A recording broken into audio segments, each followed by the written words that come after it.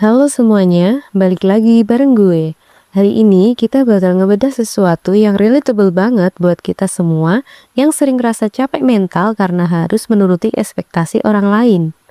Kita bakal bahas bagian malam ketiga dari buku fenomenal, yaitu Berani Tidak Disukai. Bayangin lo lagi di posisi si pemuda dalam buku ini. Dia balik lagi nemuin sang filsuf setelah 2 minggu merenung.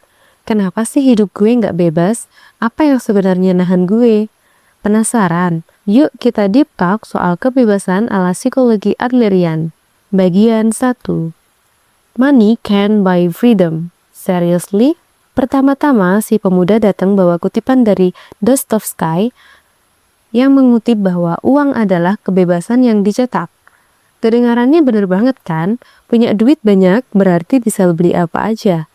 Nggak perlu kerja rodi dan bebas mau kemana aja. Tapi sang filsuf langsung ngeskakmat. Oke, kalau lo udah punya kebebasan finansial tapi tetap nggak bisa bahagia, masalah apa yang kira-kira masih lo punya?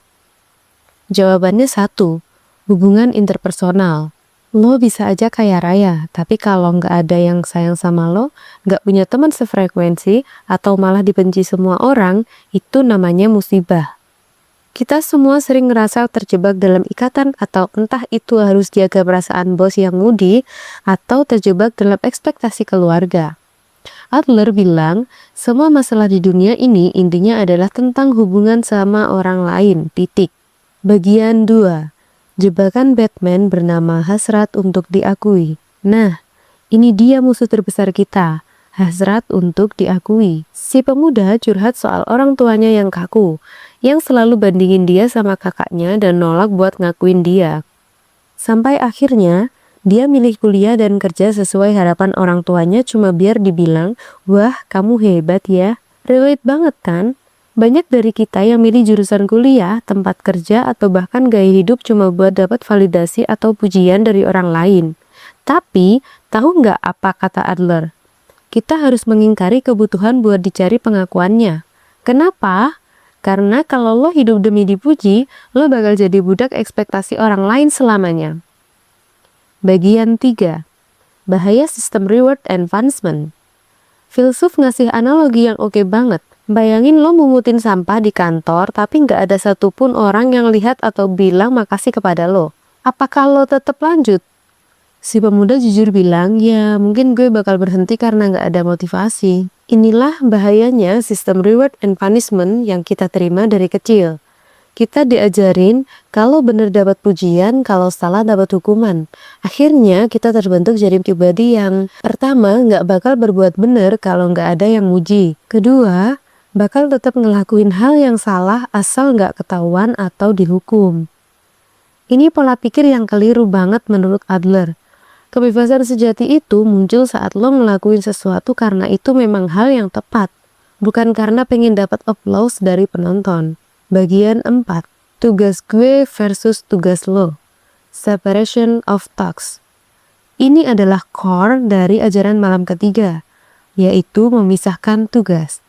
Banyak dari kita yang stres karena kita mencampuri tugas orang lain atau membiarkan orang lain nyampur-nyampurin tugas kita. Contohnya simple. Yang pertama, belajar itu tugas si anak. Yang kedua, memastikan anak belajar itu tugas orang tua. Tapi hasil akhir apakah si anak mau belajar atau enggak, itu sepenuhnya tugas dari si anak. Orang tua nggak bisa maksa, mereka cuma bisa kasih support. Sama halnya dalam hidup lo. Lo mau pakai baju apa, mau pilih karir apa, itu tugas lo. Apakah orang lain suka atau enggak sama pilihan lo, itu tugas mereka. Lo nggak punya kontrol atas pikiran orang lain. Jadi buat apa lo pusingin? Bagian 5. Kebebasan adalah keberanian untuk dibenci. Jadi kesimpulannya apa? Kebebasan itu bukan berarti lo bisa lari ke pulau terpencil dan hidup sendiri. Kebebasan itu adalah keberanian untuk tidak disukai. Kalau lo takut bikin orang kecewa, lo nggak bakal pernah bebas selama lo masih ngejar-ngejar validasi. Lo bakal terus ngerasa terbelenggu di kaki lo. Lo harus berani bilang, ini hidup gue, ini pilihan gue. Kalau lo nggak suka, ya itu urusan lo, bukan urusan gue. Gimana? Berat ya? Tapi ini adalah langkah awal buat lo bisa nafas lega tanpa beban ekspektasi siapapun. Oke, itu tadi bahasan singkat tapi mendalam dari Malam Ketiga, buku Berani Tidak Disukai. Intinya, berhenti jadi people pleaser, mulai pisahin mana tugas lo dan mana tugas orang lain. Dan jangan takut buat nggak dapat bintang 5 dari semua orang. Gue harap resensi ini bisa nemenin galau lo dan bikin lo makin mantap buat jadi diri sendiri. Sampai ketemu di naskah selanjutnya ya.